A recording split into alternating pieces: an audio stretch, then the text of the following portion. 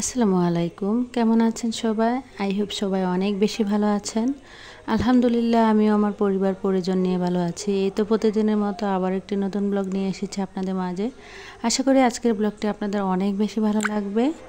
যেহেতু ঈদুল আজহা চলে এসেছে, তাই ঈদুল আজহা উপলক্ষে আজকে পুরো বাসাটাকে একদম ডিপ ক্লিনিং করে নেব। পুরো বাসা থেকে শুরু করে পুরো বাসার ফার্নিচারগুলো একদম পরিষ্কার করে নেব, ডিপ ক্লিনিং। তো যেহেতু আমার অনেক আপুরাই কিন্তু ক্লিনিং ভিডিও দিয়ে দিয়েছে, কিন্তু আমার কিন্তু এখনও দেওয়া হয়নি, কারণ আমি সবসময় ঈদের মাত্র কয়েকদিন আগে থেকেই আর কি ঈদের প্রিপারেশনগুলো নেই, তাই অনেকটা দেরি করে ফেলেছি। তো যাই হোক, এখন আর কি পুরো বাসাটাকে ঝুলগুলো জেরে নিয়েছি। অনেকগুলো মাকড়সার আশ হয়ে গিয়েছে দুইটা রুমেই দেখলাম। তো আমার যেহেতু 2 বেডরুম, তো 2 রুমেই আর কি দেখলাম অনেক বেশি ঝুল হয়েছে। তো দুটোটা রুম ঝেড়ে এখন এক এক করে 2টা রুমের ফ্যানগুলো আর কি পরিষ্কার করে নেব। যদিও আজকে কোনো নাস্তার ভিডিও দেইনি, নাস্তার পর থেকে আর কি ভিডিওটা শুরু করেছি। তো 2টা রুমের ফ্যান পরিষ্কার করে নিচ্ছি এক এক করে, এবং 2টা রুমেরই যা ফার্নিচার আছে সব কিছুই আজকে আর কি একদম ডিপ ক্লিনিং করে নেব। তো এখন আর কি ছেলেদের রুমের ফ্যানটা পরিষ্কার করে নিচ্ছি। ভিডিওর এই পর্যায়ে এসে যে সকল প্রিয় আপু এবং ভাইয়ারা আমার ভিডিওটি দেখছেন, প্লিজ ভিডিওটিতে একটি লাইক দিয়ে অবশ্যই কন্টিনিউ করবেন। তো এখানে আর কি এই যে ফার্নিচার পরিষ্কার করার জন্য আজকে আপনাদেরকে একটা সহজ টিপস দেব। আর সেই টিপসটা হচ্ছে, এই যে আমরা যে বাড়িতে বা কোনো কিছু রং করার জন্য যে ব্রাশগুলো হয় না, এই ব্রাশগুলো দিয়ে আসলে ফার্নিচারগুলো পরিষ্কার করলে খুব অনায়াসে পরিষ্কার করা যায়। এই ব্রাশগুলো দিয়ে যত গর্জিয়াস কাজের ফার্নিচার থাকুক না কেন, সব ফার্নিচারই কিন্তু খুব সহজেই পরিষ্কার করা যায়, খুব সহজে সবগুলো ধুলাবালি কিন্তু উঠে আসে। তো এদিক দিয়ে ছেলেদের বেডটা পরিষ্কার করে নিয়েছি আর কি ব্রাশের সাহায্যে। তারপরে আর কি ওয়ার্ড্রপগুলো মুছে নিয়েছি। এখন চলে এসেছি প্রথম ফার্স্ট রুমের যে খাট আছে, খাটটা পরিষ্কার করে নেব। যদিও আমার এই খাটটা মানে অনেক আগের, তারপরেও কিন্তু এখনও কিন্তু চকচকে থাকে, কারণ আমি কিন্তু সবসময় এই টিপসগুলো ফলো করে সবসময় চলি। সবসময় আমি এই ব্রাশের সাহায্যে বেশিরভাগ সময় আমার বাসার যত ফার্নিচার আছে সব ফার্নিচারগুলো কিন্তু আমি এই ব্রাশের সাহায্যেই পরিষ্কার করে থাকি, যার কারণে আমার ফার্নিচারগুলো সবসময় মনে হয় মানে একদম নতুনের মতো আর কি। তো এদিক দিয়ে আর কি ছেলেদের রুমের ফার্নিচারগুলো মুছে এখন আমার রুমের ফার্নিচারগুলো মুছে নেব। তো প্রথমে আমি আর কি খাটটা পরিষ্কার করে নিয়েছি, এখন আর কি ড্রেসিং টেবিলটা পরিষ্কার করে নেব। আজকে যারা আমার চ্যানেলে নতুন জয়েন হয়েছেন, চাইলেই আমার চ্যানেলটি সাবস্ক্রাইব করে পাশেই থেকে যেতে পারেন। আমার ভিডিওর কোনো অংশ যদি এতটুকু আপনাদের ভালো লেগে থাকে, পাশে থাকা বেল বাটনের অল অপশনটি প্রেস করে দেবেন, যাতে করে আমি নতুন কোনো ভিডিও ছাড়ার সাথে সাথে আপনাদের কাছে নোটিফিকেশন চলে যায়। আপনারা আপনাদের সময় সুযোগ করে আর কি ভিডিওগুলো দেখে নিতে পারবেন। আর ডিপ ক্লিনিং বলতে কি, দেখা গিয়েছে পরিষ্কার পরিচ্ছন্নতা হচ্ছে ইমানের অঙ্গ। পরিষ্কার থাকতে আমরা সবাই অনেক বেশি পছন্দ করি। আমরা যারা ব্লগিং করি আসলে চাইলেই কিন্তু অপরিষ্কার কোনো কিছুই কিন্তু আসলে ক্যামেরার সামনে আমরা দেখাতে পারি না। সবসময় আমাদের বাড়ি ঘর মানে বাসা বাড়ি সব কিছুই কিন্তু পরিষ্কার পরিচ্ছন্ন রেখে তারপরেই কিন্তু ক্যামেরা করতে হয়, ভিডিও করতে হয়। তো যাই হোক, এদিক দিয়ে কিন্তু এক এক করে আমি সবগুলো ফার্নিচার পরিষ্কার করে নিয়েছি। বেশ কিছুদিন হয়ে গিয়েছে আর কি আমার ওয়াল ক্যাবিনেটটা আর পরিষ্কার করা হয়নি, তাই আর কি গ্লাস ক্লিনার দিয়ে এখন গ্লাসগুলো পরিষ্কার করে নেব প্রথমে, তারপরে ব্রাশের সাহায্যে যে কাঠের যে কারুকার্যগুলো আছে ওইগুলো আর কি পরিষ্কার করে নেব।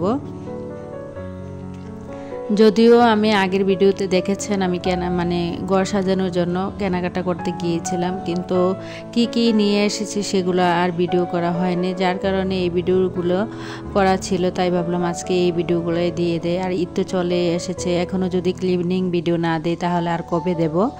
তো এদিক দিয়ে আর কি এক এক করে ভিডিও সবগুলো ফার্নিচার পরিষ্কার করে নিচ্ছি। যদিও এই ভিডিওগুলা যখন প্রচুর পরিমাণে গরম ছিল, বাহিরে অনেক রৌদ্র ছিল, তখন আর কি করা, কিন্তু দেখা গিয়েছে ইদানিং কিন্তু বাহিরে প্রচুর পরিমাণে বৃষ্টি হচ্ছে। বৃষ্টির কারণে আর কি ঠান্ডাটা অনেক বেশি ঠান্ডা লাগছে। কিন্তু যেদিন আমি ক্লিনিংয়ের কাজটি করেছিলাম প্রচুর পরিমাণে আর কি গরম ছিল, কি বলবো, এত বেশি বাহিরে রৌদ্র তাপ। আমি একটু সকালবেলা বাহিরে গিয়েছিলাম, মানে যদিও রোদ নেই কিন্তু বাহিরে কেমন একটা তাপ, এত প্রচণ্ড তাপের কারণে কিন্তু একদম ভিতর মনে হয় সিদ্ধ হয়ে যায় আর কি। তো যাই হোক, এদিক দিয়ে আর কি আপনাদের সাথে কথা বলতে বলতে আমার সবগুলো ফার্নিচার কিন্তু এখন ক্লিনিং করে নিচ্ছি। প্রথমে আমি ক্লিনার দিয়ে গ্লাসগুলো পরিষ্কার করে নিয়েছি, এখন ব্রাশের সাহায্যে আর কি যত কাজ আছে সবগুলো পরিষ্কার করে নিচ্ছি। যদিও আমার ওয়াল ক্যাবিনেটে এত বেশি গর্জিয়াস কাজ দেয়নি, যেহেতু এটা গ্লাসের, তারপরে যেই টুকিটাকি যেই কাজগুলো আছে ওইগুলাই আর কি একটু পরিষ্কার করে নিচ্ছিলাম। আর একটা মজার বিষয় হচ্ছে, মানে আমার ওয়াল ক্যাবিনেটের সাইড দিয়েও কিন্তু আমি কাজ দিয়েছি, হয়তো আপনাদের সাথে আর তেমনভাবে ওইটা শেয়ার করা হয়নি, তবে আজকে শেয়ার করব। আসলে বেশি ফার্নিচারে যদি গর্জিয়াস কাজ দেওয়া হয় তাহলে কিন্তু ধুলাবালি বাহিরের অনেক বেশি আটকে থাকে।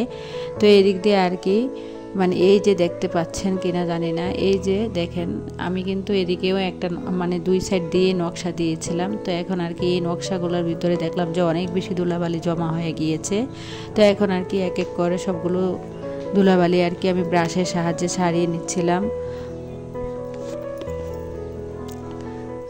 তো আমি পরের ভিডিওতে আর কি, যেহেতু আজকে আর মানে মার্কেট থেকে কি নিয়ে এসেছি বাসা সাজানোর জন্য তা আর ভিডিও করা হয়নি, তাই এই ভিডিওর পরের ভিডিওতে অবশ্যই আমি কি নিয়ে এসেছি, এবং আমার ইচ্ছে আছে ঈদের আগে আমি অর্গানাইজিং ভিডিও দেব রুমের।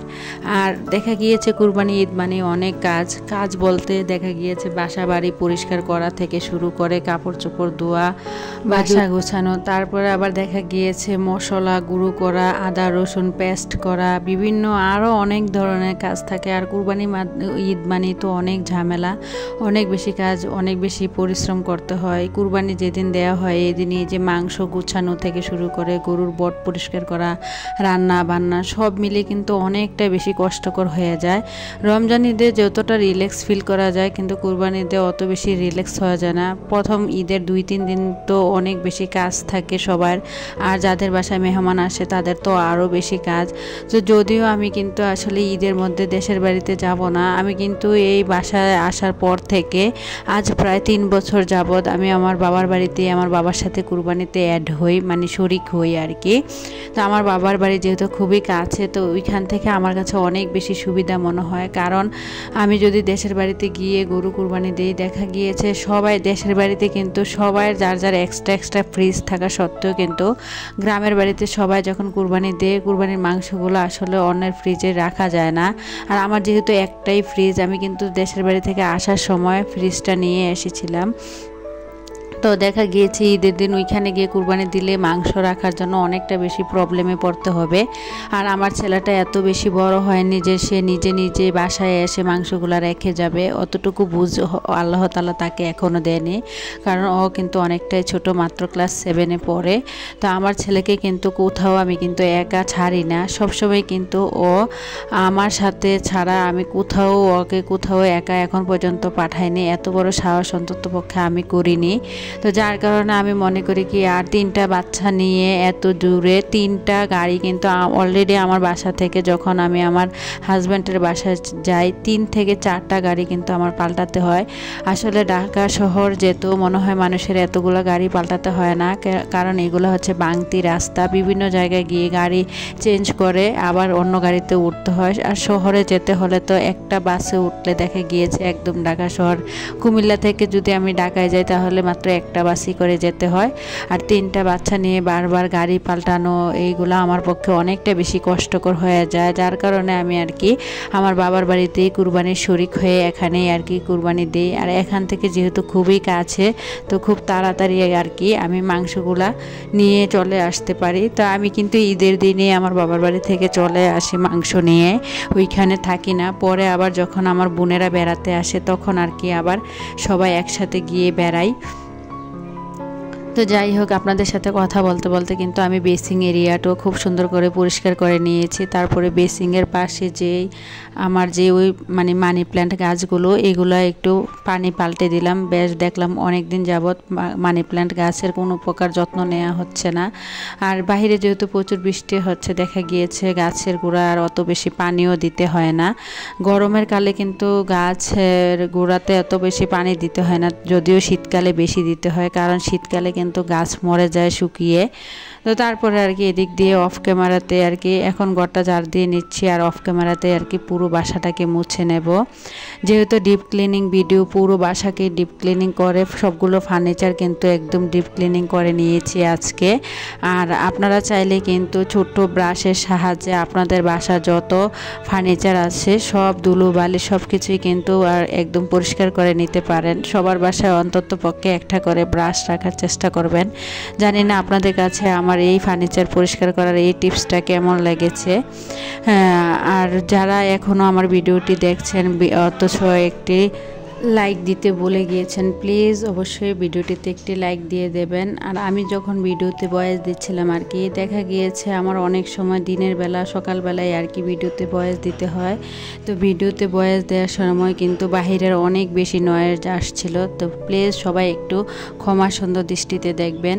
তো এদিক দিয়ে যখন বাসার সব কাজ করে নিয়েছি, মানে এত বেশি গরম লাগছিল। তো হয়তো একটা ভিডিওতে দেখেছিলেন আমি কিছু পাকা আম ফ্রিজে রেখেছিলাম, তাই আর কি আজকে পাকা আম দিয়ে এখানে একটা জুস করে নেব। আর এত বেশি গরম লাগছিল কি বলবো। আর ইদানিং যেহেতু বেশি পরিমাণে গরম লাগছে, আমি কিন্তু প্রচুর পরিমাণে লেবুর শরবত খাচ্ছি। আর লেবুর শরবতটা কিন্তু আমাদের শরীরের জন্য অনেক বেশি উপকারী।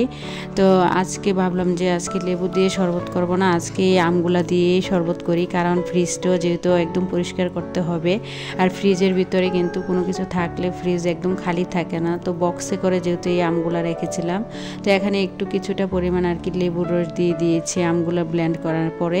দেখেন কতটা সুন্দর একটা কালার এসেছে, আর কতটা মানে অনেক বেশি গাঢ় ছিল। তো কিছুটা পানি দিয়ে একটু পাতলা করে নিয়েছি। তো এখানে আর কি 3 গ্লাস শরবত করে নিয়েছি, 1 গ্লাস আমার মেয়ে, আমার ছেলের আর কি। তো যখন শরবতটা মানে গ্লাসে নিয়েছিলাম, দেখতে কিন্তু আমার কাছে অনেক বেশি ভালো লাগছিল। আর খেতে এত বেশি মজা হয়েছিল কি বলবো।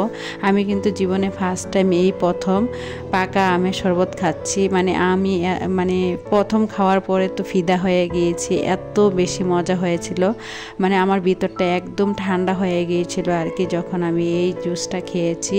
আপনারা যদি কখনো মানে পাকা আমের জুস বা শরবত বাসায় না খান, অবশ্যই ট্রাই করবেন। তারপরে আর কি এদিকে সংসারের সব কাজকর্ম গুছিয়ে সব কিছু পরিষ্কার করে শরবত খেয়ে চলে এসেছি দুপুরে রান্নাবান্না করার জন্য। আমার আজকের ভিডিওটা হয়তো অনেকটা বড় হয়ে গিয়েছে, প্লিজ সবাই একটু ইগনোর করবেন। কারণ যেহেতু এটা ক্লিনিং ভিডিও, আর ক্লিনিং ভিডিও কিন্তু অনেক বড় হয়। যেহেতু এটা লাইফস্টাইল ব্লগ, আমি আসলে কেটে কুটে অনেকটা ছোট করেছিলাম ভিডিওটা, যদিও স্পিড বাড়িয়ে দিয়েছি সব জায়গাতে, তারপরেও দেখলাম যে অনেক বেশি বড় হয়ে গিয়েছে। তা সবাই একটু ক্ষমা সুন্দর দৃষ্টিতে কষ্ট করে হলেও ভিডিওটা দেখে নেবেন। তো এখানে আর কি আজকে রান্না করব কচুর লতি দিয়ে চেপা শুটকি মাছ দিয়ে আর কি। মাছও দিয়ে আমার কাছে সবসময় মাছ দিয়ে এভাবে চেপা শুটকি দিয়ে মানে কচুর লতি রান্না করলে অনেক বেশি ভালো লাগে। তো বাসায় বেশি পরিমাণে আসলে লতি ছিল না, যার কারণে আর কি কচুর লতিটার সাথে একটা আলু দিয়ে দিয়েছি। আমার ছেলেরা কিন্তু এভাবে কচুর লতির সাথে আলু দিয়ে রান্না করলে অনেক বেশি পছন্দ করে। তো এখানে আজকে কচুর লতি আর মাছ বোনা করে নেব আর কি। তো এখানে আর কি কচুর লতিটা রান্না করে নিচ্ছি। তো কচুর লতিটা হয়ে যাওয়ার পর আমি কিন্তু অলরেডি বাটিতে ঢেলে নিয়েছি, আর এখানে আর কি পেঁয়াজ দিয়ে মাছ বোনা করে নেব। তো যাই হোক, দেখা গিয়েছে আজকে অনেক বেশি পরিশ্রম করেছি, তো যার কারণে আসলে আর অত বেশি ঝামেলা করিনি, খুব সিমসামভাবে আর কি হালকাভাবে আর কি রান্নাটা করে নিচ্ছি। তো এখানে আর কি পাঙ্গাস মাছ, এই যে 3 পিস পাঙ্গাস মাছ ছিল, তো এগুলাই আজকে খুব কম পরিমাণে আর কি মাছ বোনা করে নেব। যদিও আমার কচুর লতি অনেক বেশি পছন্দের, আমার কচুর লতি দিয়ে খাওয়া হয়ে যাবে। তো আমার ছেলেদের জন্য আর কি এখানে মাছটা বোনা করে নিচ্ছি। তো এখন রান্না বান্নাগুলো কিন্তু একদম কমপ্লিট হয়ে গিয়েছে। এখন সবাই চলে যাব টেবিলে খাওয়ার জন্য। আগের দিনের কিছুটা পরিমাণে ডালও ছিল, তো এখানে আর কি খাবারটা দিয়ে দিয়েছি। তো ভিডিওটা এই পর্যন্তই, সবাই ভালো থাকবেন, খোদা হাফেজ, আসসালামু আলাইকুম।